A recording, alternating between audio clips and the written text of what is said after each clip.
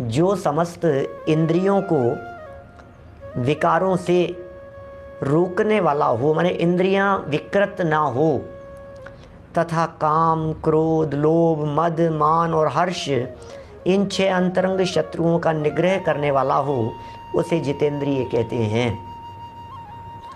इष्टेर्थनासक्ति विरुद्धे चा प्रवृत्तिरिंद्रिय जयः अर्थशास्त्राध्ययनम वा। 8 और 9 नंबर का यह बिंदु है नीति वाक्यामृत का। इष्ट माने अनुकूल, प्रिय पदार्थों से में अधिक आसक्ति न होने से। क्या कहा?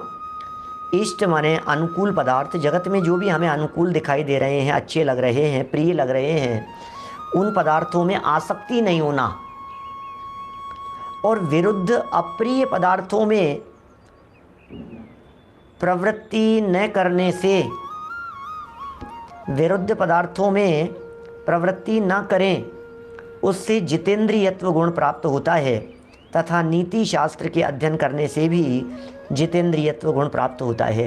माने इंद्रियों को कैसे जीतें, विषयों पर कैसे विजय प्राप्त करें, वह बात यहाँ कह रहे हैं। और कह रहे हैं कि ये कुल मिलाकर के हमने 6 बातें कही है, ये 6 बातें हमारे जीवन में नहीं होना चाहिए। देखिए, इष्ट पदार्थ, अनुकूल पदार्थों के अंदर अति आसक्ति नहीं होनी चाहिए, अधिक आसक्ति नहीं। जैसा भी अनुकूल पदार्थ हैं तो ऐसा नहीं होना चाहिए कि हम उसमें आसक्त हो गए हैं।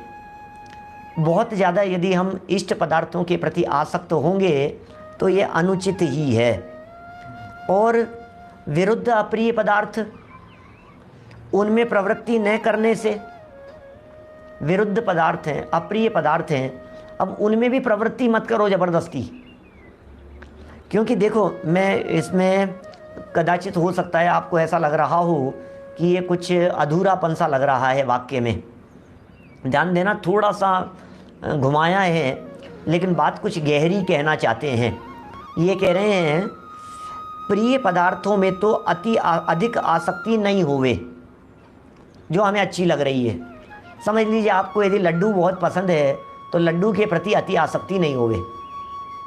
आपको यदि समझ लीजिए कोई व्यक्ति, कोई वस्तु, कोई पदार्थ है, कोई खाने पीने की चीज़ बहुत ज़्यादा यदि पसंद हो तो उसमें अति आसक्त ना होवे। एक तो ये हो गई बात। तो फिर जो प्रतिकूल लगने वाले पदार्थ हैं उनमें क्या करना चाहिए? तो क्या प्रतिकूल लगने वाले पदार्थों में प्रवृत्ति ना करने से, अभी उनमें प्रवृत्ति तो करनी चाहिए ना, उसमें तो आसक्त नहीं हुआ अनुकूल में। तो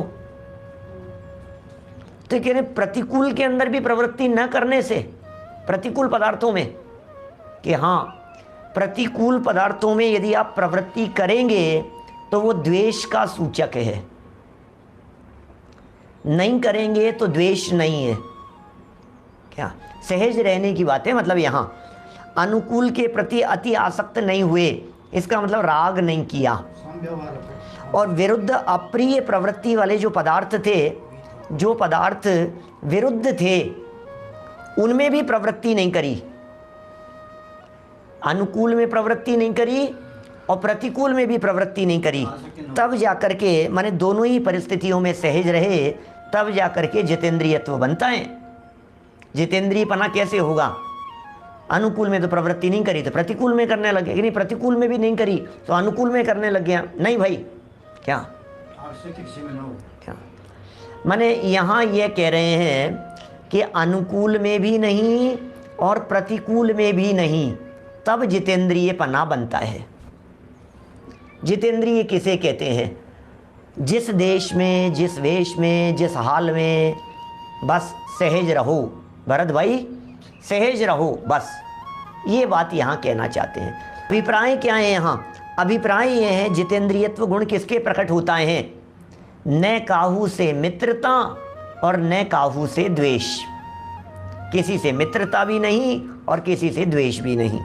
तथा नीति शास्त्र के अध्ययन करने से भी जितेंद्रियत्व गुण प्रकट प्राप्त होता है।